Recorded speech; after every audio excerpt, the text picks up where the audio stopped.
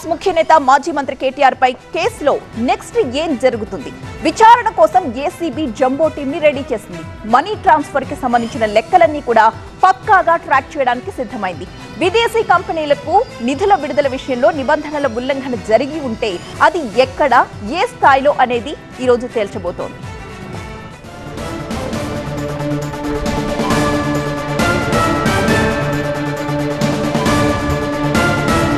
Formula ఈ race కేసులో నిన్న కేసు నమోదు చేసిన ఏసీబీ మరి కాసేపట్లోనే దానకిషోర్ స్టేట్మెంట్ ని రికార్డ్ చేయబోతోంది. ప్రభుత్వ నిధుల దుర్వినియోగంపై నిన్న ఏసీబీకి మున్సిపల్ శాఖ ప్రిన్సిపల్ సెక్రటరీ దానకిషోర్ ఫిర్యాదు చేశారు.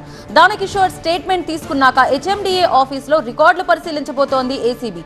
55 కోట్ల రూపాయల చెల్లింపుల వెనుక ఏం జరిగిందనే దానిపై ఏసీబీ ఆరా తీయబోతోంది. ఫార్ములా ఈ రేస్ వివాదంలో కేటీఆర్ సహా పలువురిపై ఇప్పటికే 4 నాన్ బెయిలబుల్ కేసులు నమోదయ్యాయి.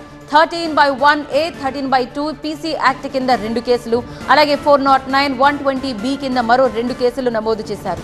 ఇవాళ ఏసీబీ విచారణలో దానకిషోర్ స్టేట్మెంట్ కీలకం కాబోతోంది.